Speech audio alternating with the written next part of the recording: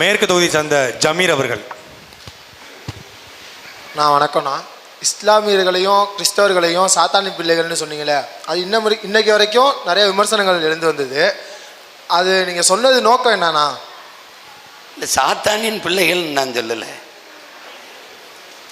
அதாவது தேவனின் பிள்ளைகள் தான் கிறிஸ்தவன் சொல்லுது, அல்லாவின் பிள்ளைகள் தான் எல்லா இஸ்லாம் மார்க்கம் சொல்லுது.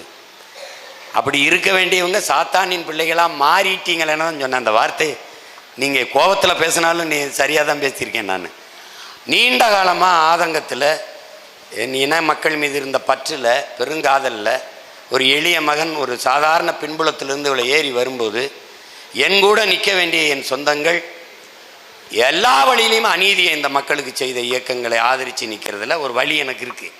அப்போ அந்த வழி, அந்த கோபத்தில் நீங்கள் தொடர்ச்சியாக அநீதி தவறுன்னு தெரிஞ்சு அதை எதிர்த்திருக்க வேண்டிய நீங்கள், அதற்கு துணை நின்று தேவனின் பிள்ளைகளாக இருக்க வேண்டிய நீங்கள் சாத்தானின் பிள்ளைகளாக மாறிவிட்டீர்களே அப்படின்னு தான் நான் பேசியிருக்கேன். அதுக்கு என் தம்பி, அதுக்கு ஒரு இஸ்லாமிய தம்பி, நீங்கள் சாத்தானின் பிள்ளைகளாக மாறிவிட்டீர்களே என்று நீங்கள் சொல்லியிருக்கக்கூடாது, தப்பு, சாத்தான்களே நம்ம ஆளுகள் தான் என்று போட்டிருந்தான். நீங்கள் இப்படி பாருங்க, எல்லா மார்க்கங்களும் சமயங்களும் அநீதிக்கு எதிராக இந்த பூமியில் பூத்தது தான். புத்தன் தான் முதல்ல. அவனுக்கு பிறகு அது ஒரு சமயமாக மாறும் என்று அவன் கருதல்ல. உங்களுக்கு விளங்குதுன்னு நினைக்கிறேன். அதற்கு பிறகு இயேசு கிறிஸ்தவ மதத்தை உருவாக்கலை. அவருக்கு பிறகு வந்த ஜான் பால் போன்றவர்கள் தான் அதை. இயேசு கிறிஸ்தவர் இல்லை, உங்களுக்கு புரியுதுன்னு நினைக்கிறேன். இவருக்கு பின்னாடி வந்தவர்கள் அந்த சமயத்தை கட்டமைச்சு இயேசு அந்த கோட்பாட்டை போதிச்சதுனால அவரும் கிறிஸ்தவர் என்று வருது. அப்படிதான் நபிகள் எல்லாமே அநீதிகளுக்கு எதிராக கிளர்ந்து எழுந்தது தான். சொல்லப்போனால் இஸ்லாம் ஒரு மதமே கிடையாது, உங்களுக்கு புரியும்னு நினைக்கிறேன். அது ஒரு புனிதமான வழி, தூய வழி. அதை தான் இஸ்லாத்தில் மார்க்கம் என்று சொல்கிறோம். அதை திரும்ப திரும்ப அண்ணன் பழனி பாபா அவர்கள் இஸ்லாம் not a religion, it's a revolution சொல்கிறதுக்கு காரணம் அதனால தான் அவர் சொல்கிறார். அப்போ புரட்சியால் பூத்த இந்த மார்க்கங்களும் இந்த மதங்களும் இந்த சமயங்களும் தொடர்ச்சியாக அநீதியை சகித்து கொண்டு அதற்கு துணை போவதை எப்படி ஏற்படும்? இதுதான் கேள்வி. இப்போ நான் அப்படி சொல்லிட்டேன்னு ஒவ்வொருத்தருக்கும் இந்த கேள்வி எழுந்தால் என்னுடைய ஆதங்கத்தில், என்னுடைய கோபத்தின் வெளிப்பாட்டில் இருக்கிற உண்மை, அதனுடைய வழி உங்களுக்கு என் மொழியிலிருந்து புரியும். நீங்கள் எந்த அடிப்படையில் திமுகவின் ஆட்சியை நீங்கள் நியாயப்படுத்துறீங்க? ஒன்று சொல்லுங்க. இதே கிறிஸ்தவ இஸ்லாமியர் மக்கள்கிட்டே கேளுங்க, ஒரு நன்மை இந்த திமுகவின் ஆட்சியால் இந்த மக்களுக்கு நடந்திருக்குன்னு ஒன்று சொல்லுங்க. கடைசி வரை அவங்க நமக்கு ஓட்டே போட வேணாம். இன்னைக்கு இல்லை, இதுவரை போடல, இனிமேலும் போட வேணாம். நம்மளே சொல்லிடலாம், ஐயா நீங்கள் உதயநிதிக்கு போட்ட அப்புறம் இன்பநிதி வருவார், அவருக்கும் போட்டு போங்கன்னு போயிடலாம். சொல்லுங்க. முதல்ல இஸ்லாமிய கிறிஸ்தவ மக்கள் தங்களை சிறுபான்மை என்று இந்த திமுகவினர், திராவிட கூட்டத்தினர் சொல்வதை ஏற்கிறார்களா, எதிர்க்கிறார்கள்? இங்க இருக்கிற இஸ்லாமியன், இப்ப நான் ஒன்று கேட்கிறேன், எங்க அண்ணன் பழனி பாபா சிறுபான்மையா பெரும்பான்மையா? பெரும்பான்மை. கருணாநிதியும் அவர் மகன் ஸ்டாலினும் உதயநிதியும் பெரும்பான்மையா சிறுபான்மை? அப்ப ஏன் நீ எப்படி ஏத்துக்கிட்ட? ஜெயலலிதா பெரும்பான்மையா சிறுபான்மையா? எம்ஜிஆர் பெரும்பான்மையா சிறுபான்மையா? இது என் தாய் நிலம், என் மொழி தமிழ் மொழி, என் இனம் தமிழ் இனம். நான் விரும்பிய இறையை, ஏற்றுக்கொண்ட இறையை வணங்குவதற்கு நபிகளின் வழியை, அந்த மொழியை ஏற்று ஒரு மார்க்கத்தை ஏற்றிருக்கிறேன். மார்க்க வேண்டுமானால் இந்த நிலத்தில் குறைந்த எண்ணிக்கையில் இருக்கலாம், ஆனால் மொழியால், இனத்தால் நான் பெரும்பான்மை தேசிய இனத்தின் மகன். அதென்ன, நீ யாரு?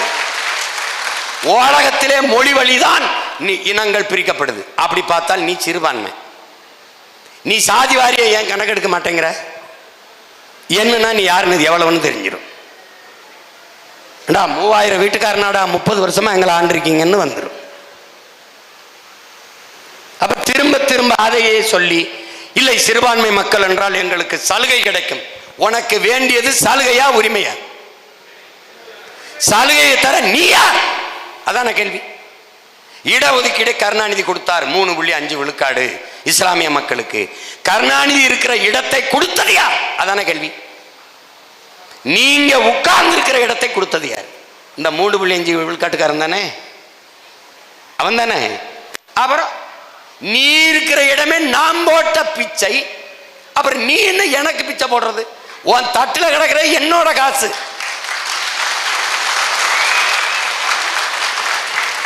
இந்த கோபத்துல தான் சொல்வேன், இன்னும் சொல்லுவேன், மறுபடியும் அவங்களுக்கு ஓட்டு போட்டு என்னை தோக்கடிச்சா இன்னும் சொல்லுவேன்.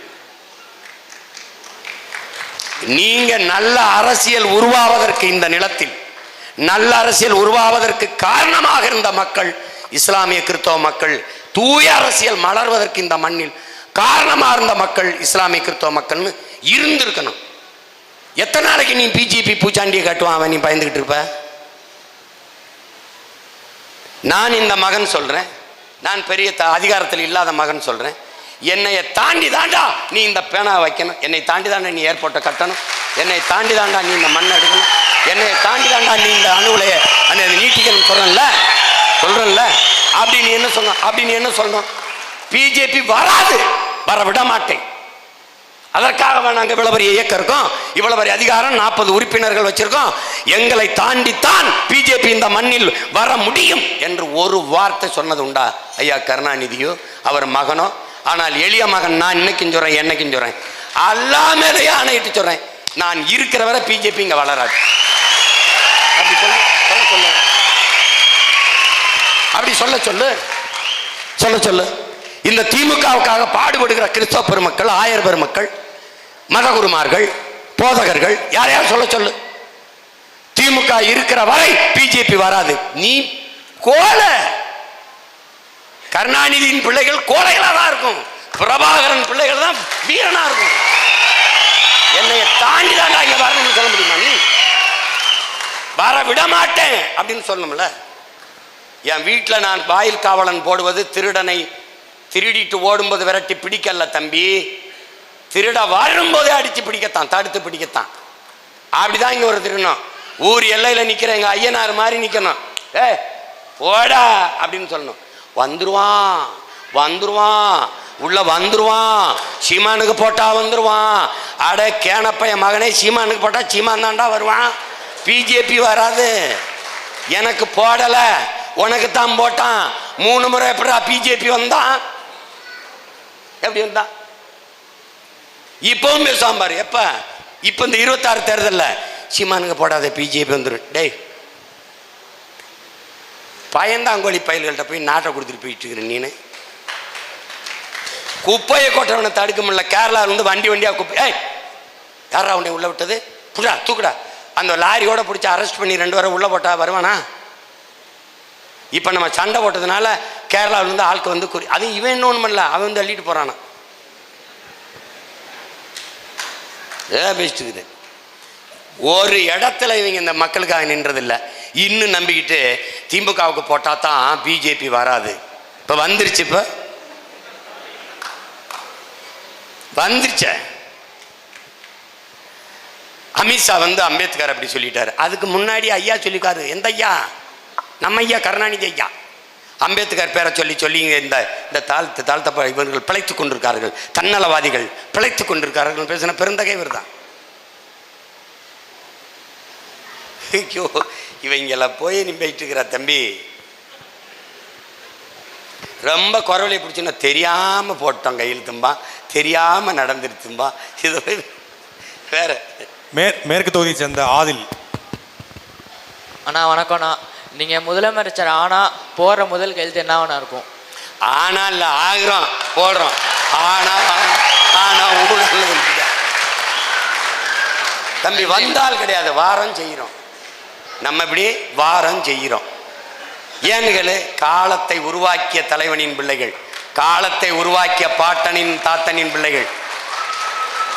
டேய், சுதந்திரம் வரலடா. எப்ப வரும்னு தெரியல. சுதந்திரம் கிடைக்கிறதுக்கு முன்னாடி செத்து போயிட்டான். 47 சுதந்திரம், 21 செத்து போயிட்டான். ஆனா அதுக்கு முன்னாடியே ஆடுவோமே பல்லு பாடுவோமே, ஆனந்த சுதந்திரம் அடைந்து விட்டோம் என்று ஆடுவோமே பல்லு பாடுவோமே, எங்கும் சுதந்திரம் என்பதே பேச்சு, நாம் எல்லோரும் சமம் என்பது ஆச்சு, ஆடுவோமே பல்லு பாடுவோமே. சுதந்திரமே அடையல. காலத்தை அடையும்டா, வரம்டா, செய்யறோம்டா. அதுதான். நமக்கு ஒரு தாத்தா இருந்தாரு, தெய்வ திருமகன் முத்துராமலிங்க தேவர்னு. அவரை நீ பார்த்துருக்க மாட்டா, நானே பார்த்ததில்ல. படிச்சிருக்கணும், படிச்சிருக்க வாய்ப்பில்லை. படி. சொல்றாரு, பாலை விற்பது போல ஒரு நாள் தண்ணீரை விற்பார்கள். புறாக்கள் கூடு கட்டி வாழ்வது போல மனிதர்கள் வீடு கட்டி வாழ்வார்கள். விளை நிலங்களை எல்லாம் வீட்டு மனைகளாக கூறு போட்டு விற்பார்கள். அப்ப பேசும்போது எப்படி இருந்திருக்கும்? ஏதோ பேசிட்டு போய் ஏதோ இதெல்லாம் நடக்குமான்னு. காலத்தை கணித்த, அந்த காலத்தை உருவாக்கிய கால ஞானிகள், அவர்களுடைய பேரன் நான் சொல்றேன். என் தலைவன் காலம் வரும் என்று காத்திருந்தவன் இல்ல, தனக்கான காலத்தை உருவாக்கியவன். அவன் மக்கள் நாங்கள் சொல்றோம், வாரம் செய்யறோம். முதல் கையெழுத்து ஒரு குழப்பம் இல்லை, முதலமைச்சர் கையெழுத்து தான் போடுவேன். இல்லைன்னா செல்லாது. வேற மணப்பாறை தொகுதியை சேர்ந்த தினேஷ்குமார். வணக்கண்ணே, என் பேர் தினேஷ்குமார். நான் மருங்காவூர். ஏடா கேள்வியே எழுதி வச்சு படிக்கிற? இல்லை, நான் 2 கேள்வி இருக்குண்ணே. 2க்குண்ணா. முதல் கேள்விண்ணே, இங்கே சீர்குலைக்கப்பட்ட நமது மொழிப்பற்று, இனப்பற்று மீண்டும் எழுச்சி உறவும், தமிழன் மண்டைக்குள் ஏற்றி வைக்கப்பட்ட இந்த சாதி மத வெறிகளை களையவும் மாற்றி அமைப்பதும் நம்ம என்ன செய்ய போகிறோம்? அதாவது இந்த பட்டு போயிருக்கிற அந்த செத்து போயிருக்கிற அந்த மொழிப்பற்று இனப்பற்றை மீட்டு உருவாக்கம் செய்ய ஒரு வழிதான் இருக்கிறது. தமிழ் படித்தால் வேலை கிடைக்குமா, தமிழ் படித்தால் சோறு கிடைக்குமாங்கிற இந்த ஒரு சிந்தனையை நம்மூடவே நம்ம அருகிலே இருந்து கொண்டு, நம்முடைய மொழியிலே பேசிக்கொண்டு, நம்முடைய மொழியிலே பெயரை வைத்து கொண்டு, நமக்குள்ளே ஒரு இதை சொல்லி சொல்லி நமக்குள்ளே ஒரு உளவியல் நோயாளியாக்கி தாழ்த்தி விட்டார்கள். ஒன்றை நமது மக்கள் புரிந்து கொள்ளணும். தமிழ் படிப்பது, பேசுவது, எழுதுவது என்பது நமக்கு வேலையும் சோறும் அல்ல. தமிழ் என்பது நமக்கு உயிர், நம் முகம், நம் முகவரி, நம் அடையாளம், நமக்கு எல்லாம் என்பதை புரிந்து கொள்ளணும். இப்போ நம்முடைய அரசு வந்துடுது, வரப்போகுது. வந்தவண்ண தமிழ் படித்தால் மட்டும்தான் தமிழ்நாட்டில் அரசு வேலை. எப்படி? தமிழ் படித்தால் மட்டும்தான் அரசு வேலை. ஆங்கிலம் படித்தால் அயல்நாட்டில் வேலை. இந்தி படித்தால் எங்கேயாவது போய் தொலை. புரியுது? இந்தி படித்தா வேலை கிடைக்கும்னா 1.5 கோடி பேர் ஏன்டா நம்ம நாட்டில் வந்து கும்மி அடிக்கிறான், நம்ம மாநிலத்தில் வந்து, நம்ம ஊரில் வந்து. அது இல்லை. தமிழ் படித்தால் மட்டும்தான் தமிழ்நாட்டில் வேலை. அரசு பள்ளி கல்லூரிகளில் பயிற்று மொழி தமிழ், கட்டாய பாடமொழி ஆங்கிலம். உங்களுக்கு புரியுது? ஆங்கிலமே பிரிவு பாடமாக எடுத்து படிச்சுக்கிறது, சிறப்பாடமாக படிச்சுக்கிறதுல பிரச்சனை கிடையாது. பயிற்று மொழி தமிழ். ஏன் தமிழ் என்றால், உங்களை மறந்து நீங்கள் உறங்குகிற போது உங்களுக்கு கனவு எந்த மொழியில் வருகிறதோ அதுதான் உங்கள் கல்வி மொழியாக இருக்க வேண்டும். அதுதான் உங்கள் சிந்தனை மொழி. அந்த மொழியில் தான் நீங்கள் சிந்திக்க முடியும்.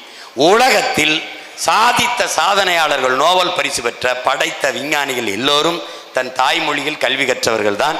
ஐயா அப்துல் கலாம், மயில்சாமி, அண்ணாதுரை, சிவன் உட்பட எல்லோருமே தாய்மொழியில் கற்றவர்கள் தான். தாய்மொழியில் கற்றவர்கள் படைக்கிறார்கள், தாய்மொழியில் கல்லாதவர்கள் பயன்படுத்தி கொண்டிருக்கிறோம். இந்த ஒளி வாங்கி கூட நாம் படைக்கலை, இந்த ஒளி பதிவு கருவி கூட படைக்கலை, இந்த ஒளி பெருக்கி கூட படைக்கலை. ஆனால் நாம் பயன்படுத்தி கொண்டிருக்கோம். படைத்தவன் தன் தாய்மொழியில் கற்றவன். என் கல்வி மொழி எனக்கு என் தாய்மொழி. ஆங்கிலம் கட்டாய பாடமொழி. உலகத்தின் எல்லா மொழிகளும் எங்கள் விருப்ப மொழி, இந்தி உட்பட. விரும்பினால் எம்மொழியும் கற்போம்.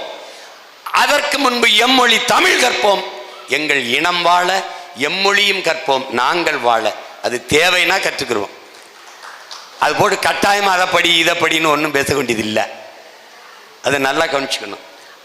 மீளும் தமிழில் பெயர் வைத்த பிள்ளைகளுக்கு சான்றிதழில் பார்க்கும்போது அறிவு செல்வன் வேலையில் முன்னுரிமை,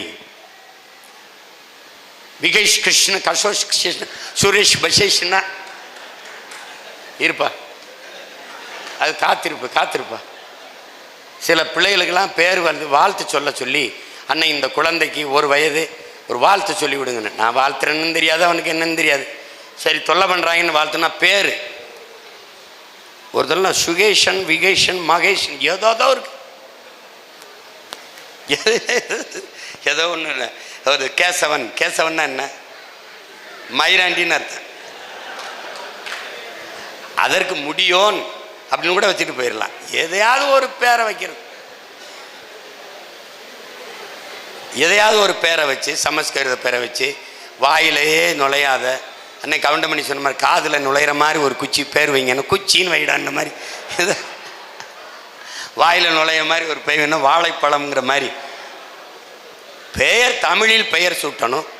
தமிழில் பெயர் சூட்டுற பிள்ளைகளுக்கு தலைவர் என்ன பண்ணார், 500 ரூபாய் வைப்பு தொகையில் வச்சார் தமிழில் வைப்பகத்தில். நாம் கட்டாயமாக தமிழில் பெயர் சூட்ட வேண்டும்.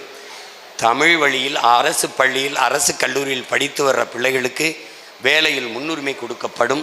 கொடுத்த பிறகுதான் மிச்சம் மற்றவர்களுக்கு கொடுக்கப்படும் என்ற நிலையை உருவாக்கினால் தானாக மொழி வளரும். இங்கே இந்த தொலைக்காட்சி, இந்த திரைப்படங்கள் எல்லாம் தேவையற்ற ஆங்கில கலப்பு வருகிறது. இப்போ வாடா மச்சான் டீ சாப்பிடுவோம், அந்த டீ ஒளி ஒரு கெட்ட வார்த்தை போல கருதி அமைதிப்படுத்தப்படும். நீங்கள் சொல்கிற மாதிரி பீப் சவுண்டு, அப்போ உங்களுக்கு தெரியும் பூரா இங்கிலீஷாக போட்டுருந்துருக்கான். ஏய், இதை சில பேர் பேசுவாங்கல்ல, ஏய் மச்சான் என்ன மச்சான் டென்ஷனாக இருக்க, ஃபீல் பண்ணாத, அதெல்லாம் நீங்கள் கலக்க முடியாது. தமிழில் பெயர் வைக்காத ஆங்கிலத்தில் படம் பெயர் வைத்து, ஆங்கிலத்தில் தொழில்நுட்ப கலைஞர்கள்லாம் பெயர் போட்டு வந்தால் அது நீங்களே பார்த்துட்டு படுத்துக்கிற வேண்டியதுதான். அந்த படத்தை நீங்கள் திரையிட்டு ஓட்டுவதற்கு வாய்ப்பு கிடையாது. தமிழன் காசு வேணும், தமிழ் வேணாமா? இங்கிலீஷில் எடுத்ததுக்கு இங்கிலீஷ்காரங்காக்குவா, அங்கேயே ஓட்டிக்க. கடும் சட்டங்களின் மூலமாக சிதைந்து அழிந்து கொண்டிருக்கிற தாய்மொழி மீட்சிக்கு எல்லா வழியிலையும் நாங்கள் அரும்பாடாற்றி தமிழகத்தின் தமிழ் தெருவில் தமிழ், எங்கும் தமிழ், எதிலும் தமிழ், பேச்சு தமிழ், மூச்சு தமிழ், எல்லாம் தமிழ் என்ற நிலையில் உருவாக்கும். வழக்காடு மன்றங்களில், வழிபாட்டு தலங்களில், எல்லா இடங்களிலும் என் தாய்மொழி உய்வுறும், நீட்சியுறும். நம்பிக்கையோடு இருங்கள். தமிழகத்தின் தமிழ் தெருவில் தமிழ். ஒரு வணிக நிறுவனத்தின் பெயர் பலகை கூட தமிழ் இல்லாது இருக்கக்கூடாது, இருக்க முடியாது. இருந்தால் என்ன பண்ணுவாய் சீமான்? உரிமத்தை துண்டிப்பேன், மின் தொடர்பையும் நீர் தொடர்பையும் துண்டித்து, அதுக்கு மேலே கேட்கல, நான் பூட்டிட்டு சாவி எடுத்துகிட்டு போயிட்டே இருப்போம். கடன் நடத்த முடியாது. இவ்வளோ வேலை செஞ்சு தாய்மொழியை மீட்காமல் இருக்கிறதுக்காக இவ்வளோ வேலை செய்கிறோம். வேற இன்னொன்று எதை கேட்டீங்களா? ஆனால் இந்த சமூகத்தில் நடக்கிற எல்லா சமூக சீர்கேட்டுக்குமே ஒரு தனி மனித ஒழுக்கமின்மை தான் காரணம்னு நினைக்கிறேன். அந்த தனி மனித ஒழுக்கத்தை முன்னேற்றத்துக்கும் ஒரு தனி மனித அகம்பாவிதம் தான் இந்த சமூகத்தில் நடக்கிற எல்லா பெருங்குற்றத்துக்கும் காரணம்னு நினைக்கிறோம். அதை தடுக்கிறக்கும் நாம் தமிழர் கட்சி என்ன செய்யும்? அதான் கல்வி நிலையங்களிலிருந்து, கல்வி நிலையங்கள் அறிவு கருவறையிலிருந்து இது கற்பிக்கப்படணும். ஒழுக்கம் என்பதும் ஒரு எப்படி வாழணும், வாழ்வியல் நெறி என்பதும் அங்கிருந்து கற்பிக்கப்படணும். அது அறம் சார்ந்த கல்வி நமக்கு இருக்குது. அதை கற்பிக்கப்படாதனால நாகரிகங்க பேரில் இது நாசமாகி நிற்குது. இந்த நிலத்தில் நடக்கிற அனைத்து சமூக குற்றங்களுக்கும் பெரிய காரணமாக இருக்கிறது போதை தான். அது திரவ போதை, மதுவாக இருக்கலாம், அல்லது இந்த கஞ்சா, அவின், குட்கா, கொக்கைன், இந்த மாதிரி எல்லாம் இதை ஒழித்து விட்டு பிள்ளைகளை குடிப்பகங்களை மூடி படிப்பகங்களை திறந்து விளையாட்டு கூடங்கள், விளையாட்டு திடங்கள், உடற்பயிற்சி கூடங்களை தொடங்கி மாலையில் விளையாடுவது, படிப்பது, விடுமுறை காலங்களில் இது மாதிரியான அந்த என்ன சொல்கிறது நேரத்தை அதில் ஈடுபடுத்த பிள்ளைகளை திருப்பி விட்டால் அறிவார்ந்த ஒழுக்க மிகுந்த சமூகமாக இது மாறிடும். அதை தவிர வழி கிடையாது. சிறுக சிறுக சிறுக சிறுக எடுத்தவனே மாறாது. ஒரு ஓராண்டு ஈராண்டுக்குள் பெருமாற்றத்தை நம்மளால் ஏற்படுத்தி வர முடியும். திருவரங்கம் தொகுதியை சார்ந்த செல்வலட்சுமி. இதை கொடு. மைக்கெல்லாம் எப்படி கேட்க முடியும்? பயமாக இருக்குன்னா மற்றவங்களுக்கு என்ன கேள்வின்னு தெரியணும்லப்பா. இல்லை இல்லை, நீங்கள் இப்படி ஒரு பெண் புலி பயந்தா அப்புறம் எப்படி?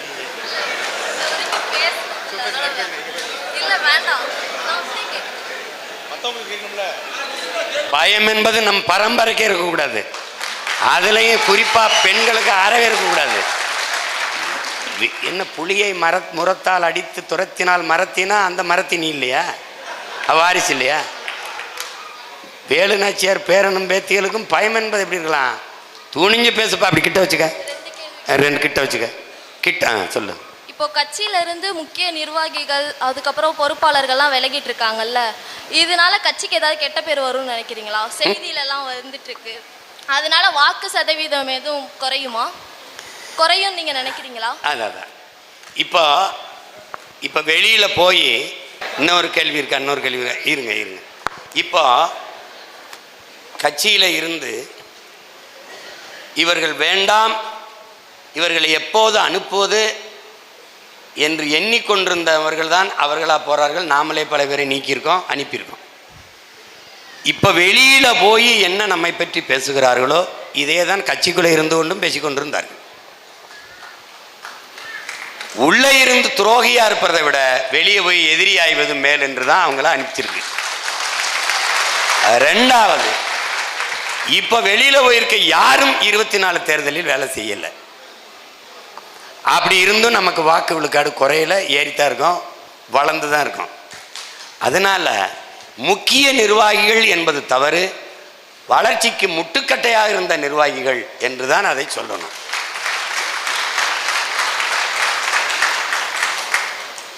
நாம் வளர்ந்திருக்கமா வீழ்ந்திருக்கமா என்பதை சரியாக 1.5 ஆண்டுகள் கழித்து 26 மே மாதம் தேர்தல் முடிஞ்சு வாக்கை எண்ணும்போது உங்களுக்கு தெரியும் உண்மையிலேயே இவர்கள் போனது எவ்வளவு நல்லது என்பதை நீங்கள் அப்போது அறிவீர்கள். நான் இதற்கெல்லாம் பயந்து இதனால் வாக்கு விழுக்காடு குறைஞ்சிரும், ஐயோ எல்லாரும் போகிறாங்களேன்னு பயந்த ஆள் மாதிரி தெரியுதா? 1000 மடங்கு முன்பு இருந்ததை விட நம்பிக்கையோடும் உற்சாகத்தோடும் களத்தில் வேலை செய்கிறேன்னா காரணம், அப்பா ஒரு பெருமிச்சு இருக்கும்ல, அப்பாட அப்படின்னு. என்னுடைய கணக்கு மே மாதத்திற்குள் இன்னும் சில குப்பைகள் பிசுறுகள் அங்கங்கே இருக்குது, எல்லாவற்றையும் ஊதி பறக்க விட வேண்டும் என்பதான் என்னுடையது. அது போயிடுச்சு அப்படின்னா அந்த வேலையை அது திமுக பார்த்து எனக்கு கொடுத்துரும். ஏன்னால் என் மேலே அது தனித்த பாசம் உண்டு.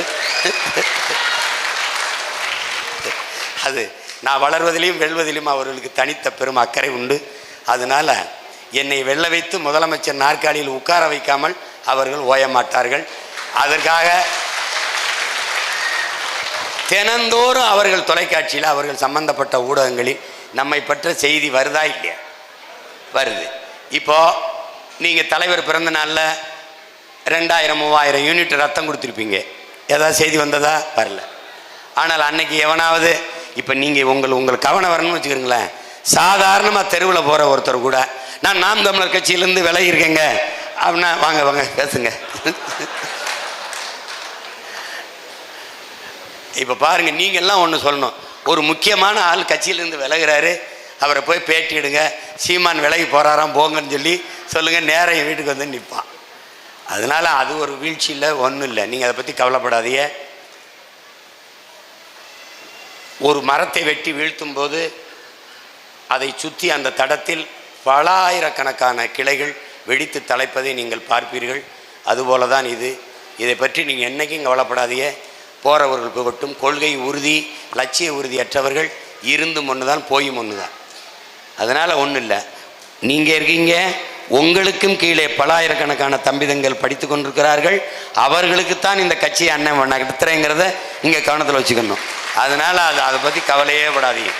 மாசைத்துங் சொன்னது தான், அவர்கள் கூட வந்த தோழர்கள் இறந்து போகிறார்கள், உயிரற்ற உடலை தூக்கி சுமப்பது தேவையற்ற சுமை, அதனால் இங்கேயே அடக்கம் செய்யுங்கள், நாம் செல்லலாம் என்று வணக்கம் செலுத்தும் போது அவர் சொன்னது, இறந்தவர் போக இருப்பவர் முன்னேறுக, அதேதான் சென்றவர் போக நின்றவர் போராடுக, அவ்வளவுதான். அதை விட்டுருங்க. வேற கேள்வி. நானும் சிவகங்கை தான். வர 2026 சட்டமன்ற தேர்தலில் நீங்கள் நம்ம சொந்த மண்ணான சிவகங்கையில் போட்டிடுவீங்களா? அந்த மாதிரி ஏதாவது எண்ணம் இருக்கா?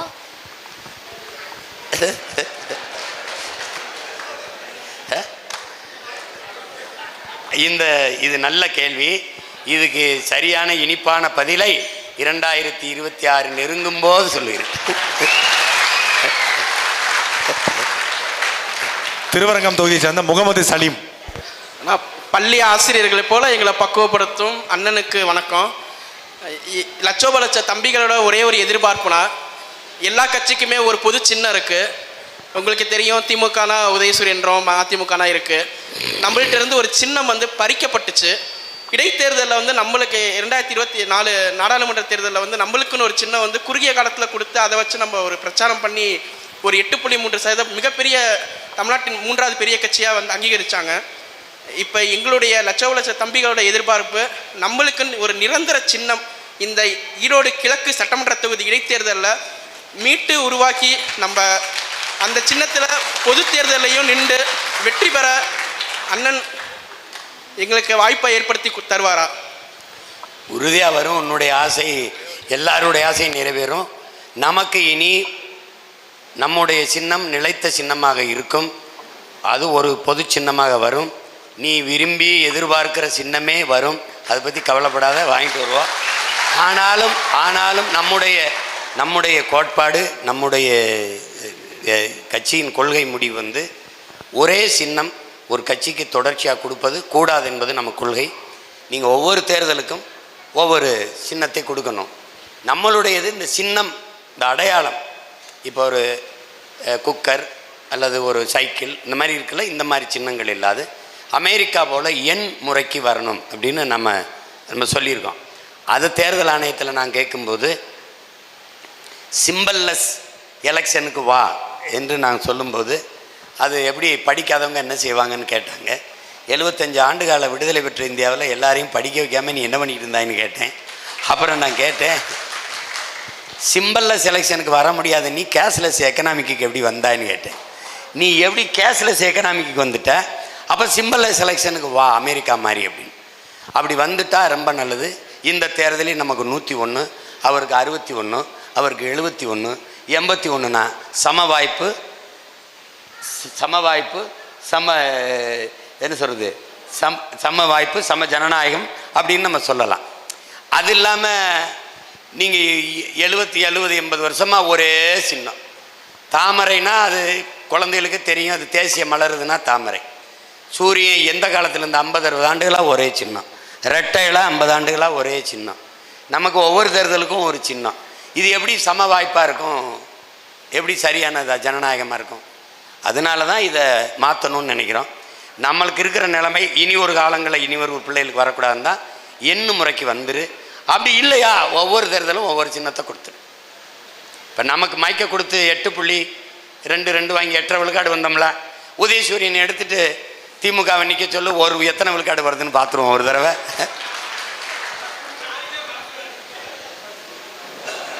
கொடுத்த சின்னத்தை மறந்துட்டு உதயசூரியன் கோட்டு கட்டுக்கிட்டு இருப்பாங்க. உனக்கு புதுசாக ஒரு சின்னத்தை கொடுத்து விட்டின்னு வச்சுக்க மறந்துடுவாங்க. எனக்கு கவலைப்படாத, உறுதியாக நீ நினைக்கிற மாதிரி ஆகச்சிறந்த சின்னம் வரும். அந்த சின்னம் நமக்கு நிலைத்த சின்னமாக இருக்கும். திருவெரும்பூர் தொகுதியை சேர்ந்த ரகுநாதன். அண்ணா, அன்பு உறவுகளுக்கு எல்லாத்துக்கும் வணக்கம். என்னுடைய நம்முடைய பொருளாதார நிலைமை ரொம்ப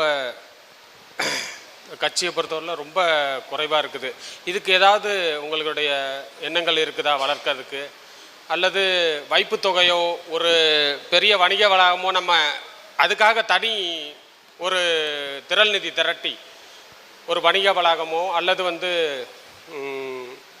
அது சார்ந்த வைப்பு தொகையோ வச்சுக்கிட்டு நம்ம அதை நிதிநிலையை சரிப்படுத்த முடியுமான்னு கேட்கலாங்க.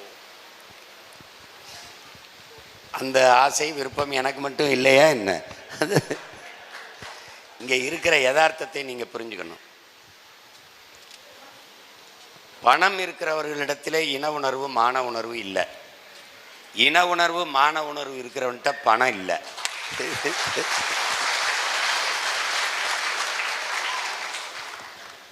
அடி வாங்கினவனுக்கு வழி தெரியும், பசித்தவனுக்கு பசின்னு அருமை தெரியும். அதனால் இங்கே பசித்தவன் தான் கூடியிருக்கான். இங்கே பிரச்சனை என்னென்னா, வறுமையில் இருக்கிறவன் இந்த வறுமையை நம்ம அடுத்த தலைமுறைக்கு கொடுக்கக்கூடாதுன்னு நினைப்பான். துன்பப்படுறவன் துயரப்படுகிறவன் இன்னொரு தலைமுறைக்கு நம்ம பிள்ளைகளுக்கு விட்டுக்கூடாதுன்னு நினைப்பான். அவன் தான் போராட்ட களத்துக்கு வருவான். உங்களுக்கு புரியுதுன்னு நினைக்கிறேன். இப்போ பணம் இல்லை அப்படின்னு சொல்லிக்கிட்டு இருக்கக்கூடாது. நம்மகிட்ட இப்போ எத்தனை தேர்தலை சந்திச்சிருக்கோம்? பெரிய தேர்தல் 4, சட்டமன்றம் 2, நாடாளுமன்றம் 2, உள்ளாட்சி தேர்தலில் 2, இடைத்தேர்தல் எத்தனை? குறைஞ்சது 10 இருக்குமா? குறைஞ்சது 10 இருக்கும். அப்போது பணம் வைத்துக்கொண்டு சந்தித்தோமா? எப்படி சந்தித்தோம்? இல்லை. எல்லாவற்றுக்கும் முன்மாதிரியாக நமக்கு எடுத்துக்காட்டாக சான்றாக இருக்கிறது நம்ம உயிர் தலைவர் தான். போராடணும் முடிவெடுத்துட்டாரு, ஆயுதம் இல்லை. என்ன செய்யலாம்னு தோணுது. உயிரையே ஏன் ஆயுதமாக ஏந்தக்கூடாதுன்னு நினச்சாரு. ஏந்தி களத்தில் இறங்கினாங்க. நீங்கள் உலகத்தின் அதிநவீன ஆயுதங்களெல்லாம் வச்சு சண்டை போட்டார். இன்னைக்கு நம்மகிட்ட காசு இல்லை அதையே நினச்சிக்கிட்டு கவலைப்பட்டுக்கிட்டு இருக்கக்கூடாது. இருக்கிறத வச்சு சண்டை செய்யணும். விளக்கமாக இருக்கா, கட்டக்கம்பு இருக்கா, செருப்பு இருக்கா, மொட்டை கத்திரிக்காய் எடுத்துக்கிட்டு தெருவில் இறங்கி போருக்கு போயிட வேண்டியதுதான். அப்புறம் காசு இருந்தால் தான் நான் வேலை செய்வேன் அப்படின்னா அது போராட்டக்காரனுக்கு அழகில்லை. சேகுவாரா சொன்னதான், உறுதியான கால்கள், ஒட்டிய வயிறு, எளிய சுமை, இதுவே போராளியின் முதல் தகுதின்ட்டு. நமக்கு என்ன இருக்கோ இழந்துட வேண்டியதுதான். பசினாலும் 10 நாள் கிடப்போம், பயணம்னாலும் 100 நாள் நடப்போம். இதுதான் நம்மளுக்கு முதல் தகுதி. காசு இல்லை கவலைப்பட்டுக்கிட்டு இருக்காத. ஊடகம் காட்டாது, காட்ட வேணாம். யார் என்ன ஊடகம்? உள்ளங்கையில் இருக்கு காட்சியகம். உள்ளங்கையில் ஒவ்வொருத்தனுக்கும் ஊடகம் இருக்கு. நமக்கு நாமே ஊடகம் மாறிடுவோம். பணம் இல்லை, ஆளுக்கு 100 ரூபா, அவ்வளோதான். அது இல்லாத நினச்சி நீங்கள் கவலைப்பட்டுருக்காதீங்க. தலைவர் கட்டமைச்ச கட்டமைப்பு வேற. அவர் புலம்பெயர்ந்த நாடுகளில் மக்களுக்கு அனுப்பி அங்கே அவர்களை வணிக நிறுவனங்கள் தொடங்க செய்தார். எரிபொருள் வைப்பகங்கள் வச்சு அது செஞ்சார். அது நீண்ட தூர கட்டமைப்பு. அவ்வளவு ஓர்மைப்படுத்துறதுக்கான ஆற்றல் நமக்கு இல்லை. இப்போ சீமான் சொல்கிறத கேட்குறதுல கட்சியில் இருக்கே நிறைய பேர் கேட்குறது இல்லை. ஏன் கேட்குறது இல்லைன்னா, நான் கூண்டுக்குள்ளிருந்து கூவுற சேவலாக இருக்கேன். நான் கூரை மேலே ஏறி நின்று கூவுற சேவலாக ஆயிட்டேன்னா இங்கே இல்லை, எல்லா இடத்துலையும் கேட்பான். அப்போ அது வரைக்கும் நீங்கள் பொறுமையாக தான் இருக்கணும். பணம் வரும். தாளாளர்கள், தன்மானமிக்க இனமானமிக்க தாளாளர்கள், இந்த பிள்ளைங்க கஷ்டப்படுறாங்க, அவங்களுக்கு ஏதாவது கொடுப்போம்னு காசு கொடுக்குற தாளாளர்கள், தமிழ் இன மக்கள் வருவார்கள். அதுவரை நீங்கள் வேலை செஞ்சுக்கிட்டே இருக்கணும்.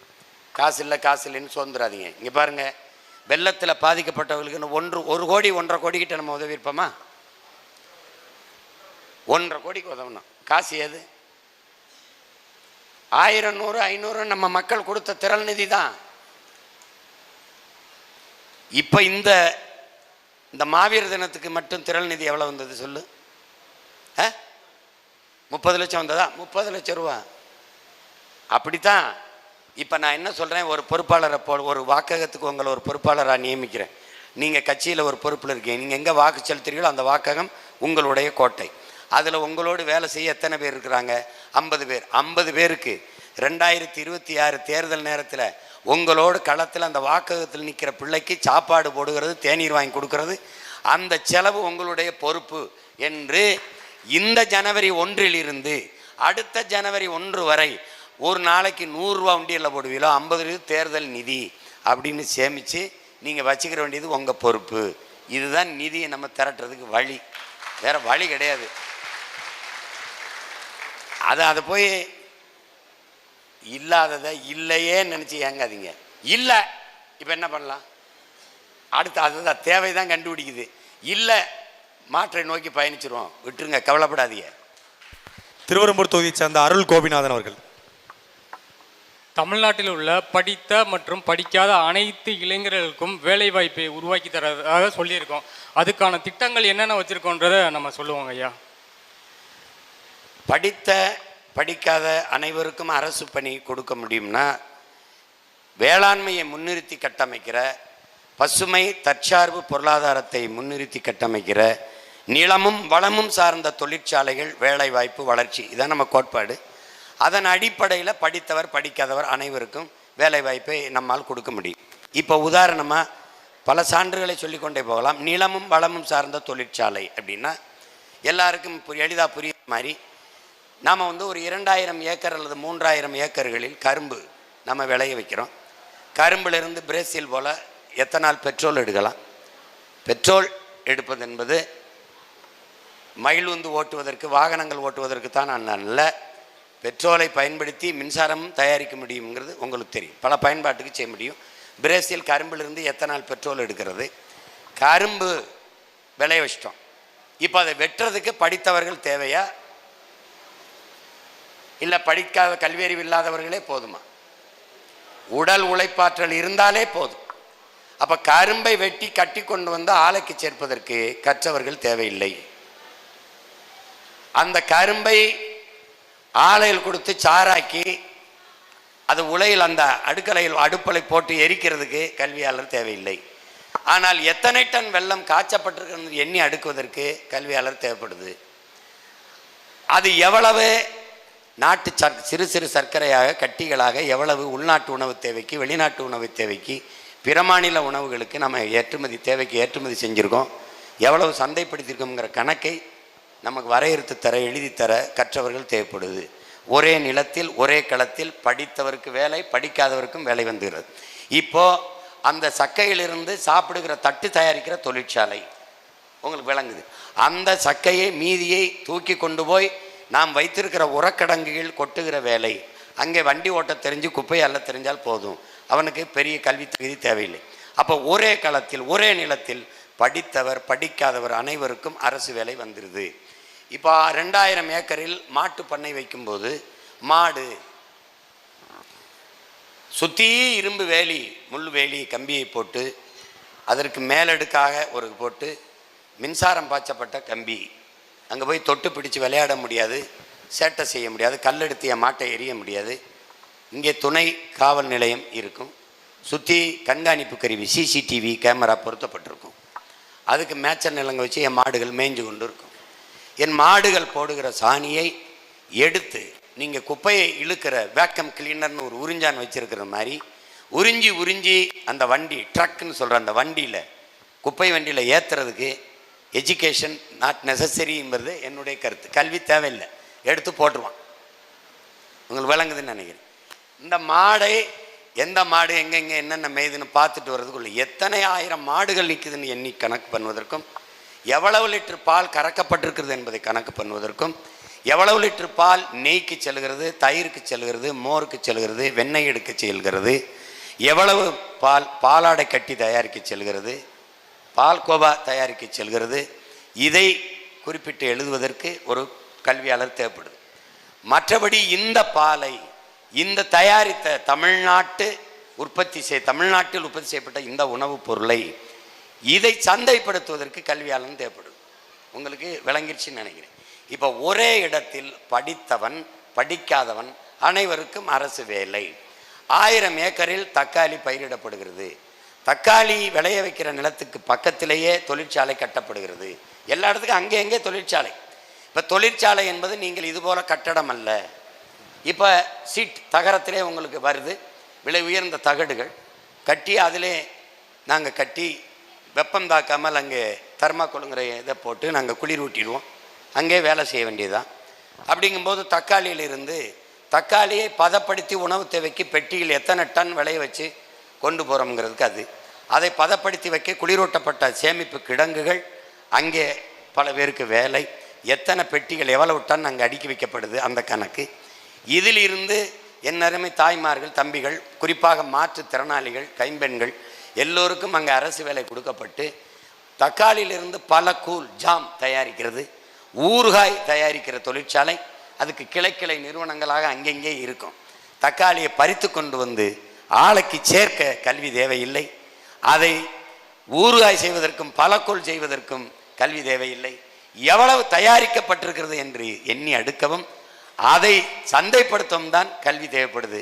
ஒரே களத்தில் ஒரே நிலத்தில் படித்தவர் படிக்காதவர் அனைவருக்கும் அரசு வேலை.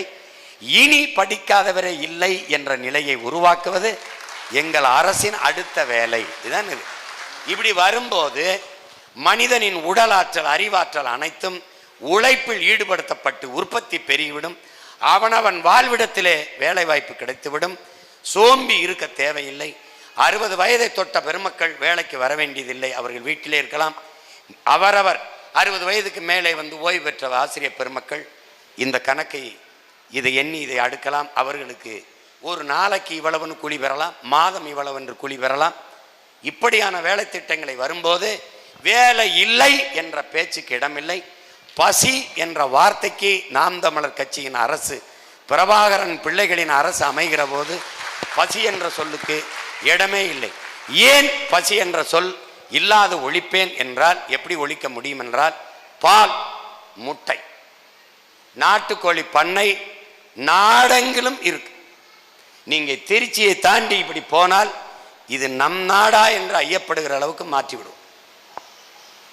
வெற்றிடம் என்றே ஒன்று என் நிலப்பரப்பில் என் தாய் நிலத்தில் இருக்காது. ஒன்று காடுகள் இருக்கும், அல்லது ஆடு மாடுகள் மேய்கிற மேய்ச்சல் நிலங்களாக இருக்கும், அல்லது நீர் தேங்கி இருக்கிற நீர் தேக்கமாக இருக்கிறோம். இல்லை என்றால் விளைநிலங்களாக இருக்கும், இல்லை என்றால் கூட்டு பண்ணைகளாக இருக்கும். ஆடு மாடு மேய்ஞ்சிக்கிட்டு இருக்கும், இல்லை கோழி பண்ணையாக இருக்கும். கூட்டு பண்ணைனா அங்கே என்ன இருக்கும்? அங்கே மீன் வளர்ப்பேன், இறால் வளர்ப்பேன், ஐரை வளர்ப்பேன், வாத்து வளர்ப்பேன், பன்னி வளர்ப்பேன், எல்லாம் வளர்ப்பேன். கீரையில் எல்லா கீரையும் வளர்ப்பேன்.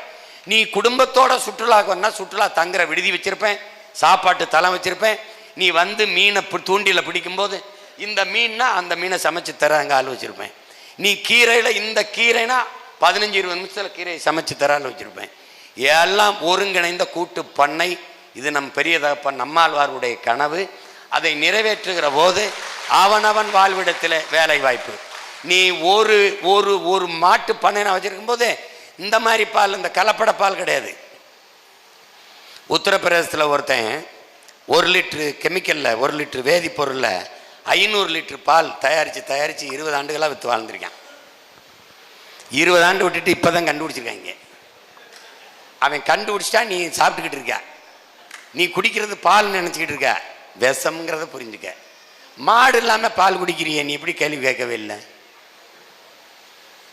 எல்லாரும் பால் குடிக்கிறோம், மாடுங்க. இது பால் போல ஒன்று. மில்க் ஃப்ளேவர், மாங்காய் ஃப்ளேவர், லெமன் ஃப்ளேவர் மாதிரி எல்லா காலங்களிலும் மாம்பழச்சாறு குடிக்க முடியும். மேங்கோ அப்படின்னு விற்கிறான். உங்களுக்கு புரியுதுன்னு நினைக்கிறேன். அதுதான் மாசானுக்கு புக்காக்க சொல்கிறான், பருவத்தில் கிடைக்கிற பருவத்தில் கிடைக்கிற பலா, இதையெல்லாம் எல்லா காலத்திலும் இருக்க வேண்டும் என்று நினைத்து நீ அதை பதப்படுத்த இயற்கை விட்டு ரொம்ப தூரம் போயிடுறாங்கிறார். மாம்பழம் 2 மாதம் தானே, அந்த பருவத்தில் அதை உண்றணும். அது காலம்புறா சாப்பிடணும்னு வச்சுக்கிட்டு அது கெமிக்கலை போட்டு பதப்படுத்தி வைக்கிறது தான். அதனால தான் அது பிரச்சனை. அப்போ அது என்ன ஆயிடுது? இந்த நிலையை நம்ம போக்கணும் அப்படின்னா அதுக்கு வழி என்னென்னா, அந்தந்த வாழ்விடங்களில் என்னென்ன கிடைக்குதோ அதை வைத்து கொண்டு, அப்பா சொல்கிற மாதிரி 60 கிலோமீட்டருக்கு மேலே ஒரு பொருள் வெளியில் போகக்கூடாது, வரக்கூடாதுன்றது. அங்கங்கே உணவின் தேவையில் தண்ணீரை அடைஞ்சிக்கிட்டு போகணும். அப்படி வரும்போது, நம்முடைய ஆட்சி வரும்போது, பால், தூய பால், என் பிள்ளைகளுக்கு கலப்படமில்லாத பால், 1/2 லிட்டர் பால், 2 முட்டை. எவனுக்காவது பசிக்குதுன்னு சொல்லிட்டா என்ன கேள்வி? பஞ்சாபில் லஸ்ஸின்னு கேட்டால் 1 லிட்டர் கொடுத்துருவான். எருமை மாடு தான். பஞ்சாபில் நீ போய் பயணித்து பார்த்தீங்கன்னா, சாலையை கடந்து போனீங்கன்னா எங்கே பார்த்தாலும் விளைநிலங்கள் ஆடு மாடு மேய்ஞ்சிக்கிட்டு இருக்கும். லஸ்ஸி ஒரு குவலை, இவ்வளோ ஒரு குவலை குடிச்சிட்டின்னா லஸ்ஸி இல்லை பசி போட்டினா அவ்வளோதான், அதோட பசின்னு ஒன்றே வராது. பால் மற்ற திரவ உணவுகளை போல அல்ல, பழச்சாறை போல அல்ல. பால் முழு உணவு. எந்த உணவிலும் திரவ உணவில் கழிவு வராது. பால் முழு உணவு, கழிவு வரும். தாயின் மாரிலே 2 ஆண்டுகளுக்கு நாம் பால் தான் குடித்தோம், எந்த உணவும் உள்ளல. ஆனால் நமக்கு கழிவு வந்தது. காரணம், பால் முழு உணவு, முழு புரதச்சத்துள்ள உணவு. பாலை என் பிள்ளைகள் 1/2 லிட்டர் பாலை குடிச்சிட்டு 2 முட்டை, நாட்டுக்கோழி முட்டையை அடிச்சுட்டு பள்ளிக்கூடத்துக்கு போனான்னா பசிங்கிறது என் நாட்டில் இல்லை. பல வடிவத்தில் பால் மாறுது. எண்ணெயாக மாறுது, நெய்யாக மாறுது, வெண்ணெயாக மாறுது, தயிராக மாறுது, மோராக மாறுது, பால் கோவாவாக மாறுது. அப்போ அதை செய்கிறதுக்கு நமக்கு ஆள் இல்லை. நீங்கள் பால் அருந்துகிறீர்கள், பால் உங்களுக்கு கிடைக்கிறது, அரசு பால் விற்கிறது, அந்த பால் ஆந்திராவிலிருந்து வருகிறது. நீங்கள் கறி சாப்பிடுகிறீர்கள், ஆடு உங்களுக்கு எங்கிருந்து வருகிறது? ஆந்திராவிலிருந்து வருகிறது, ராஜஸ்தானிலிருந்து வருகிறது. ஏன் உங்களுக்கு ஆடு மாடு வளர்ப்பதில் அவமானம்? நாம் தமிழர் கட்சி ஆட்சிக்கு வந்தால் அது அவமானம் அல்ல, வெகுமானம், வருமானம் என்ற நிலையை மாற்றும். உங்களுக்கு ஒரு நோய் இருக்கு, அரை காசுனாலும் அரசாங்க காசாக இருக்கணும், காசுனாலும் கவர்மெண்ட் காசாக இருக்கணும்னு உங்களுக்கு தெரியல. அந்த அரை காசும் காசு நீங்கள் கொடுத்ததான் கவர்மெண்ட்டுக்குன்னு. உங்கள் பிள்ளைகள் நம்மது ஆட்சி வரும்போது அரை காசு இல்லை, காசு இல்லை, முழு காசே தருது. ஆடு மாடு வளர்த்தல், பட்டுப்பூச்சி வளர்த்தல், நாட்டுக்கோழி வளர்த்தல், தேனீக்கள் வளர்த்தல், நெசவு செய்தல், பானை செய்தல், வேளாண்மை செய்தல் எல்லாமே அரசு பணியாக மாற்றப்படும். அவரவர் வாழ்விடத்தில் கவர்மெண்ட் எம்ப்ளாய். அப்போ நீ வீட்டை விட்டு வெளியில் வந்தீங்கன்னா தொழிற்சாலை இருக்க போகுது, வேலை. நான் மாதம் ஒரு 5000 கொடுத்தேன்னு வச்சுக்க, செலவு பண்ணி காட்டிட்டு பார்த்துருவோம். நான் வெளிப்படையாக ஒரு சவால் விடுறேன், 5000 உனக்கு மாதம் கொடுத்துட்றேன், நீ செலவு பண்ணி காட்டிடு. செலவு இருக்காது. ஏன்? நானே விவசாயம் செய்கிறேன். மலையிலிருந்து விளைய வைக்கிற கிழங்கு தேன் கீன் எல்லா அங்காடியும் குறிஞ்சி அங்காடி என்று கடையை திறந்துடுவேன். அங்கே வேலை பார்க்குற என் பிள்ளைகளுக்கு, தம்பி தங்கைகளுக்கு, மாற்றுத்திறனாளிகளுக்கு, விதவை தங்கைகளுக்கு, எல்லாருக்கும் தாய்மார்களுக்கு அரசு பணி கொடுத்துருவேன்.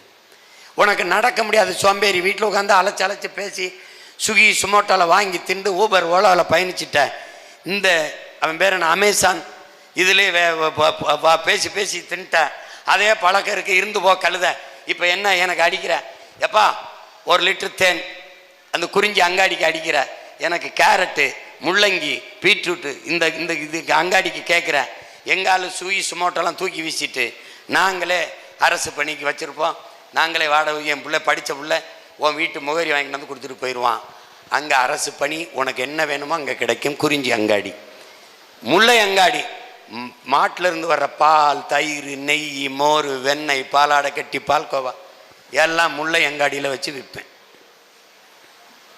அங்கே கறி, மாட்டுக்கறி வேணுமா, ஆட்டுக்கறி வேணுமா, எல்லாம் அங்கே முல்லை அங்காடி. காடும் காடு சார்ந்த நிலத்தில் என்னென்ன உனக்கு கிடைச்சதோ தேன் எல்லாமே அங்கேயே வச்சுருப்பேன்.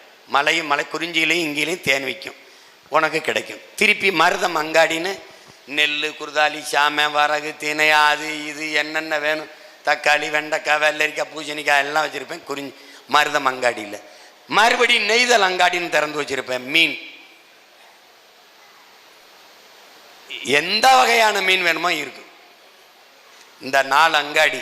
நான் வரும்போது ரேஷன் கடை இருக்க போகிறதில்ல, ரேஷன் பொருளும் இருக்க போகிறதில்ல. ஏன்? அவன் மூட போகிறான். அவன் உணவு மானியத்தை ஒழிங்கிறான். நீ எதுக்கு இலவசமாக அரிசி கொடுத்துக்கிட்டு இருக்க? அதனால என் வியாபாரம் பாதிக்குது. அதனால உணவு மானியத்தை துண்டிக்கிறான். கொஞ்சம் கொஞ்சமாக இப்போ என்னென்னா ரேஷனில் அரிசி இல்லை, மண்ணெண்ணெய் இல்லை, பருப்பு இல்லை, சர்க்கரை இல்லை. கொஞ்ச நாள் கழித்து போனீங்கன்னா அந்த இடத்துல ரேஷன் கடையே இல்லை. இதுதான் நடக்க போகுது. நான் சொல்கிறதெல்லாம் நடந்திருக்கு. இது நடக்கும், சத்தியமாக நடக்கும். நீங்கள் எழுதி வேணா வைங்கல, பதிவு பண்ண வைங்கல. ஆமாம், அன்னைக்கே ஒருத்தன் திருச்சியில், இது என்ன மண்டபம், தாஜ் மண்டபத்தில் ஒருத்தன் பேசிட்டு இருந்தான், ஒரு பைத்தியக்கார பைய அப்படின்னு நீங்கள் நினச்சி பார்ப்பீங்க. உண்மையிலே நடக்கும்.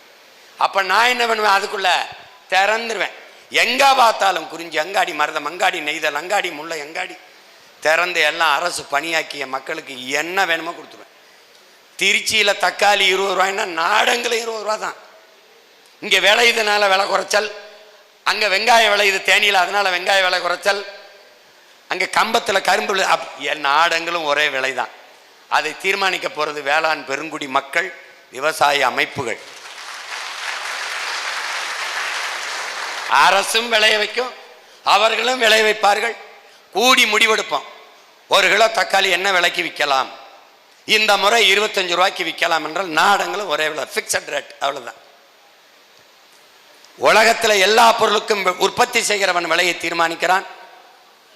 உலக உயிர்களுக்கு உயிர்வணிக்கிற உணவளிக்கிற வேளாண்குடி மகன் மட்டும் அவன் விளைய வைக்கிற பொருளுக்கு, உற்பத்தி செய்கிற பொருளுக்கு விலையை தீர்மானிக்க முடியல. இப்போ நான் போட்டிருக்க ஷூ 250 ரூபாய்னா 2000 ரூபாய்ன்னு வச்சுக்க. 2000 ரூபாய்ன்னு அவன் சொன்னான். இதை தயாரித்தவன் என்ன விலைன்னு சொல்கிறானோ அதுதான். அதுலேருந்து வாங்கி விற்கிறவன் என்ன விலை சொல்கிறானோ அதுதான்.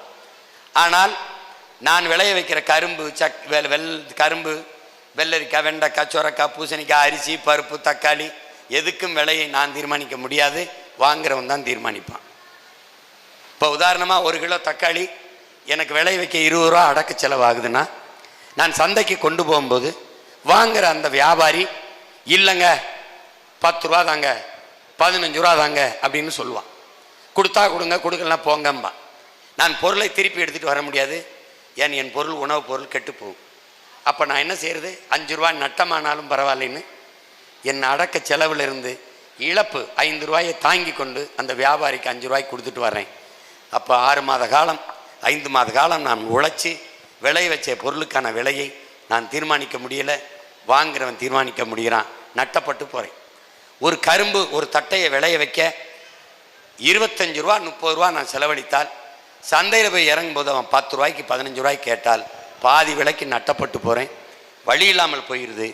அந்த இழப்பை தாங்க முடியாத அந்த வேளாண் பெருங்குடி மகன் நேரடியாக போய் பாலிடாலை வாங்கி கொண்டு வந்து எந்த நிலத்தில் கரும்பை விளைய வச்சானோ அங்கே குடிச்சிட்டு பார்த்துடலாம். இதுதான் இன்றைக்கு இருக்கிற விவசாயிகளின் நிலைமை. இந்த நிலையை மாற்ற வேண்டும் என்றால் விளைய வைக்கிற பொருளுக்கான விலையை விவசாயியே தீர்மானிக்கிற காலத்தை நாம் உருவாக்க வேண்டும். அதற்காகவாவது தமிழ் தேசிய அரசு, நாம் தமிழர் கட்சியின் அரசு மலர வேண்டும். வேற திருவெரும்பூர் தொகுதியை சேர்ந்த சாந்தி அவர்கள். உறவுகளுக்கு வணக்கம். நான் எங்களுக்கு ஒரு நல்ல தலைவர் கிடச்சிட்டாரேன்னு உங்களை பார்த்து நாங்கள் சந்தோஷப்பட்டோம். உங்களோட தலைவரை பார்க்கும்போது உங்களுடைய மனநிலை எப்படின்னு இருந்தது? தொலை தூரத்தில் இருந்து ஒரு என்ன சொல்கிறது, ஒரு அழகான பொண்ணை படத்தை பார்த்து காதலிச்சிட்டு இருந்த ஒருத்தனுக்கு திடீர்னு அந்த காதலியை நேரில் பார்த்தா என்ன மனநிலை இருக்குமோ அது மாதிரி தான் என் உயிர் தலைவன் மீது இருந்த காதலும். அது எனக்கு இங்கேருந்து போகிற போது ஒரு இது இருந்தது. ஒவ்வொரு நொடியும் எனக்கு மரணம் இருக்குதுங்கிறது எனக்கு தெரிஞ்சிருச்சு. ஆனாலும் எனக்கு ஒரு அசாத்திய ஒரு துணிவு இருந்தது. தலைவனை பார்க்க போகிறோம், அண்ணனை பார்க்க போகிறோம்ன்றதில் அப்போ இங்கேருந்து கிளம்பி ஒரு வாரத்துக்கு மேலே ஆயிடுச்சு நான் உள்ளே போக, நாட்டை போய் தொடுறதுக்கே. அப்படி போய் சந்தித்து அங்கே போயும் ஒரு வாரம் கழித்து தான் தலைவரை சந்திக்க முடிஞ்சது. அதுக்கெல்லாம் மற்ற முகாம்களில் மற்ற தலைவர்களையெல்லாம் சந்திச்சுட்டு மற்ற பொறுப்பாளர்களெல்லாம் கடைசியாக பாதுகாப்பு ஒழுங்கு, ஏன்னா சுற்றி போர் நடந்து கொண்டு இருக்குது. அப்போ போய் சந்திக்கும்போது நாள் சந்திப்பில் அப்போ ஒருத்தர் பார்த்துருந்தோம். அப்படி இருக்க தழுவிக்கிட்டோம். அப்புறம் ஒன்றும் பெரிதா பேசலை, கொஞ்சம் நேரம் பேசலை, ரொம்ப நேரம் அமைதியாக இருந்தோம் எல்லோரும். அப்புறம் மெதுவாக பொட்டன்னு தான் சகஜமாக பேசுவாங்க. அவங்க பேச்ச தம்பி வராருன்ட்டு வந்துட்டார், அமைதியாக இருக்கீங்களேன்னு அவரை ஆரம்பித்து விட அப்புறம் பேச்ச ஆரம்பிச்சது. ஆனாலும் எனக்கு ரொம்ப நாள் ஒன்றா படித்து ஒன்றா வளர்ந்து ஒரே இதாக இருந்த ஒரு என்ன சொல்கிறது, ஒருத்தரை பார்க்கும்போது எவ்வளோ ஒரு நெருக்கம் இருக்குமோ அப்படி ஒரு நெருக்கத்தை தலைவர் தன் தம்பிக்கு கொடுத்துட்டார். எனக்கு அவர் எல்லாம் பேசிட்டு வண்டிக்குள்ளே ஏற்றி உட்கார வச்சுட்டு என்னை போகும்போது அப்படி செல்லமாக இடித்து கொஞ்சம் கூட எதிர்பார்க்கல இல்லை அப்படின்னு ஒரு கேள்வியை என்கிட்ட கேட்டார். ஆமாண்ணா, கொஞ்சம் கூட எதிர்பார்க்கல அப்படின்னு. அந்த மாதிரி ஒரு அப்போ அவர் இப்போ அருகில் இருக்கும்போது தெரியல, அவரை விட்டு பிரிஞ்சு வரும்போது ஒரு பெரிய வியப்பாக இருந்தது. இப்படிப்பட்ட ஒரு தலைவனை எளிதாக சந்திச்சுட்டு திரும்புகிறோம் அப்படின்னு. அதில் என் தங்கச்சி ஒருத்தி இருக்கிறா, வேணின்னு, அவள் இப்போ இருக்கிறா. அவள் மயூரி இல்லத்தில் அவளுக்கு இடுப்பு கீழே விளங்காது, ஒரு போராளி, சக்கர நாற்காலியில் வருவா. அவள் என்னை நில்லு, எல்லாருக்கும் கிடைக்காதது உனக்கு கிடைத்திருக்கு. அன்னை கூட தலைவர் கூட நின்று சாப்பிட்டு உட்காந்து எல்லாம் படம் எடுத்து போகிற, என்ன சொல்லியிருக்காரோ அதை போய் அங்கே செய்யணும், இல்லை இந்த வண்டியில் குண்டை கட்டிட்டு வெடிச்சு விட்டுருவேன் அப்படி மிரட்டுவாவ. அது மாதிரி அதுக்கப்புறம் தான் தெரிஞ்சது அது ஒரு வியப்பு. அது எப்படி பார்த்தாலும் தலைவர் ஒரு அதிசயம்தான், ஒரு அதிசய பிறவி. நான் உங்களுக்கு பல முறை சொல்லியிருக்கேன், நம் பெண்கள், நம் குலப்பெண்கள் ஒரு நகையை செய்யும்போது இவ்வளவு பொண்ணு சேருங்கள், இவர் அரக்கு சேருங்கள், இவ்வளவு இது சேருங்கள் என்று சொல்லி செய்வது போல நிறைய அன்பு வைங்க, நிறைய கருணை வைங்க, நிறைய பரிவு, நிறைய இரக்கம், முழுமையான ஒழுக்கம் வைங்க, நேர்மை வைங்க, உண்மை வைங்க, அவனுக்கு அளப்பெரிய வீரம் வைங்க, கொடைத்திறன் வைங்க, அவனுக்கு ஓவியக்கலை, சமையல் கலை, போர்க்கலை எல்லாத்தையும் கொடுங்க. எல்லாத்தையும் கொடுத்து தன் மொழி மீது, இனம் மீது பெருங்காதலை கொடுங்க. இப்படியெல்லாம் கொடுத்து ஒருத்தனை படங்கி என்ன படைச்சா அந்த உருவம் பிரபாகரன் என்ற ஒரு தலைவனாக தான் நின்றுச்சு. அவன் தான் என் தலைவர்.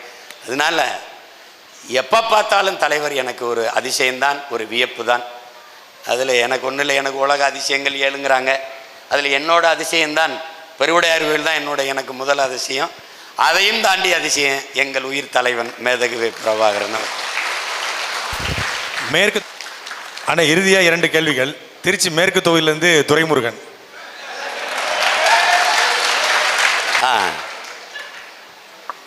நீங்கள் ஆசையாக வளர்த்தவர்கள், உங்களோடு உடன் பயணித்த தம்பிகள், தளபதிகள் உங்களுடைய எதிர்த்துருவத்தில் நின்று கொண்டு உங்களை விமர்சிக்கும் போது நீங்கள் என்ன மனநிலையில் இருப்பீங்க? என்னுடைய சின்ன மகன் மாவீரன் இப்படி கூப்பிடுவான், குனிய சொன்னான் ஒரு தடவை. அவன் முத்தம் கொடுக்கத்தான் குனிய சொல்கிறான்னு நினச்சேன்.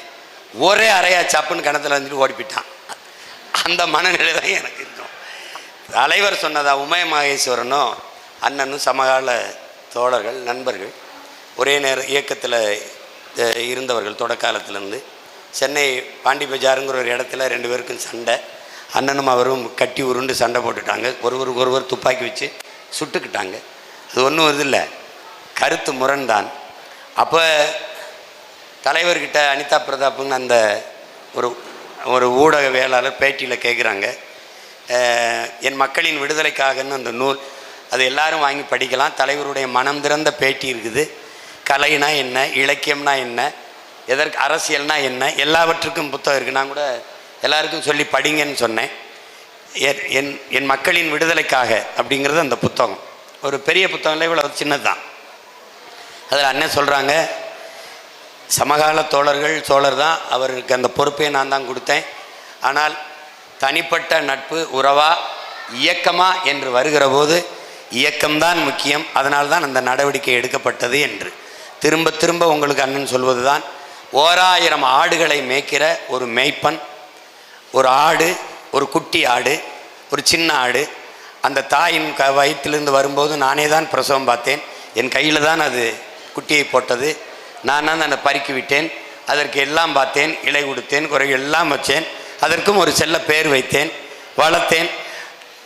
இந்த 1000 ஆடும் ஒரு இடத்தில் மேயும் போது 999 ஆடு ஒரு இடத்தில் நிற்கும்போது இந்த ஒரு ஆட்டுக்குட்டி வெவ்வேறு இடங்களில் ஓடி ஓடி ஓடி பேச்சு கேட்காமல் தனியாக திரிந்தால், இந்த ஒவ்வொரு ஆட்டுக்குட்டியை பற்றி இந்த மேய்ப்பன் கவலைப்பட்டால் 999 ஆடும் சிதைந்து களைந்து வீணாயிடும். தான் செல்லமாக வளர்த்த ஆட்டுக்குட்டி என்றாலும் அந்த குட்டியை பழியிட்டுத்தான் ஆக வேண்டும். அதுதான் நல்ல மேய்ப்பனுக்கு அழகு, வேற வழியே இல்லை. எனக்கு என் லட்சியத்தை தொட வேண்டும் என்றால் இந்த மாதிரியான இந்த சின்ன சின்ன இதுகளையெல்லாம் பொருள்படுத்தாமல் நாம் நடந்து போய்கொண்டு தான் ஆக வேண்டும், கடந்து போய்த்தான் தீர வேண்டும். இது எனக்கு மட்டுமல்ல, இதற்கு முன்பு இந்த களத்தில் நின்ற எண்ணற்ற தலைவர் பெருமக்களுக்கு இது நிகழ்ந்திருக்கிறது. குறிப்பாக நம்முடைய தலைவருக்கு இது நிறைய நடந்திருக்கு. நீங்கள் அதையெல்லாம் கவலையே விடாதீர்கள், கவலையே விடாதீர்கள். ஐயா கண்ணதாசன் அவர்கள் சொன்னதை என்னாரும் தம்பி தங்கைகள் நினைவில் வைத்துக்கொள். நீ என்னடா கடைசி பெண்ணையாடா காதலித்து விட்டாய்? உலகத்தில் கடைசி பெண் இவள் தான். இவள் என்னை காதலிக்கவில்லை என்றால் வேற பெண்ணே கிடைக்க மாட்டாள் என்றா நீ கவலைப்பட்டு கொண்டிருக்கிறாய்? இல்லை இல்லை, உலகத்தில் கடைசி தமிழன் இவன் தான். இவனை விட்டால் என் கட்சிக்கு ஆள் இல்லை என்ற நிலைமையாக நமக்கு இருக்கிறது. நாம் குட்டையிலேயோ குளத்திலேயோ வலை வீசவில்லை, பெருங்கடலில், தமிழ் பேரின கடலில் வலை வீசி கொண்டிருக்கிறோம். அதனால இவர் இல்லைன்னா இன்னொருத்தர், அவர் இல்லைன்னா இன்னொருத்தர். அதனால அதை பற்றி கவலையே படாதீர்கள். இது போய் யோசிச்சுக்கிட்டு இருக்காதீங்க. திரும்ப திரும்ப உங்களுக்கு ஒன்று சொல்கிறேன். ஒரு கைவினை கலைஞன், ஒரு குயவன் 1000 பானைகளை செய்துவிட முடியும். 1000 பானைகள் சேர்ந்து ஒரு கைவினை கலைஞனை, ஒரு குயவனை செய்துவிட முடியாது. 50,000 வீர மறவர்களை, போராளிகளை ஒரு பிரபாகரன் என்ற பெருவீரன் உருவாக்க முடிந்தது. அதே 50,000 போராளிகளும் சேர்ந்து ஒரு பிரபாகரன் என்ற மகத்தான தலைவனை உருவாக்க முடியாது. அதனால் இதையெல்லாம் போய் யோசிச்சுக்கிட்டு இருக்காதீங்க, இதை பற்றி கவலைப்படாதீங்க. அது என்னுடைய வேலை, உங்களுடைய வேலையும் இல்லை, உங்கள் கவலையும் இல்லை. உங்களுக்கு நான் கொடுக்குற இந்த சின்ன வேலையை நிறைவாக செய்வதுதான் உங்களுடைய வேலை. அதனால் தம்பிக்கு நான் சொல்லுவேன், ஒரு துளியும் நான் கவலைப்பட்டதோ கலங்கியதோ இல்லை. நீங்கள் நிறைய நாட்கள் என்னோட பயணிக்கிறவர்கள். இது குறித்து நான் ஏதாவது ஒரு வார்த்தை உங்களோடு பேசியிருப்பேன், பகிர்ந்திருப்பேன் என்று உங்களால் சொல்ல முடியுமா? அதனால தான் இங்கே கேட்டேன். அதனால் எதை பற்றியும் கவலைப்படக்கூடாது, நம்ம பாட்டுக்கு போயிட்டுருக்கணும். இங்கே அமர்ந்திருக்கிற என் உடன் பிறந்தார்களுக்கு, என் பேரன்புமிக்க பெற்றோர்களுக்கு சொல்லுவேன், நாம் தமிழர் கட்சியில் இருக்கிற ஒருவனுக்கு, தன்னை இணைத்து கொண்ட ஒருவனுக்கு இரத்த உறவை விட லட்சிய உறவு மேலானது என்ற எண்ணம் இருக்கணும். தன் குடும்ப உறவை விட தன் கொள்கை உறவுகள் தான் முதன்மையானது என்ற எண்ணம் இருக்கணும். நாம் தமிழர் கட்சியில் இருக்கிற ஒரு தம்பியோ தங்கையோ இதய துடிப்பில் வாழக்கூடாது, தான் கொண்டிருக்கிற லட்சிய துடிப்பில் தான் வாழ வேண்டும். யார் இருக்கிறா போறா அது கிடையாது. இந்த வேலையை செய்வது என் பிறவி கடமை, நான் செய்வேன் என்ற உறுதிதான் உங்களுக்கு தேவை. மற்றதெல்லாம் விடுங்க, அதை பற்றி கவலையே விடாது.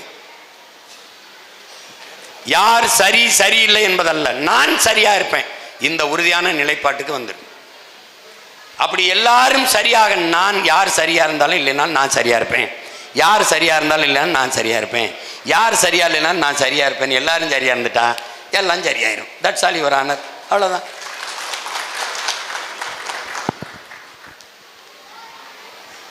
அண்ணே, நீங்கள் வந்து தலைவரை சந்திக்கலை அப்படின்னா இப்போ என்னவா இருந்திருப்பீங்கண்ணே? திமுகவில் ஒரு சட்டமன்ற உறுப்பினர், அல்ல அதிகபட்சம் ஒரு அமைச்சர், அந்த மாதிரி இருந்திருப்பேன்.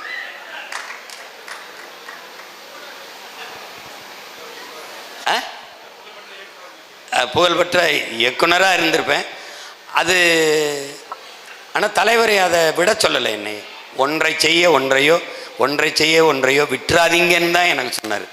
அவர் என்ன சொன்னார்னா, இது ஒரு திரைப்படமும் பேச்சும், திரைக்கலையும் பேச்சும், இராணுவத்தின் வலிமைமிக்க 2 படைப்பிரிவுகள், இது 2 ஆற்றலும் உங்ககிட்ட இருக்குது, ஒன்றை செய்ய ஒன்றையோ, ஒன்றை செய்ய ஒன்றையோ விட்டுறாதீங்கன்னு சொன்னார். அது சரிதான். ஆனால் இந்த வேலையை செய்யும்போது அந்த வேலையை செய்ய முடியல. ஏன்னா தொடர்ச்சியாக சிறைப்படுத்தப்பட்ட உடனே என்னோட சேர்வதற்கு, பழகுவதற்கு, நடிப்பதற்கு, படம் எடுப்பதற்கு எல்லாரும் பயந்துட்டாங்க. இப்போ வரைக்குமே உங்களுக்கு தெரியும், பயப்படுவாங்க. கொஞ்ச நாள் உங்களுக்கு தெரியாது, நான் அந்த கட்சி ஆரம்பித்த காலகட்டங்களில் எனக்கு தங்குவதற்கு கூட விடுதிகள் கொடுக்க மாட்டாங்க.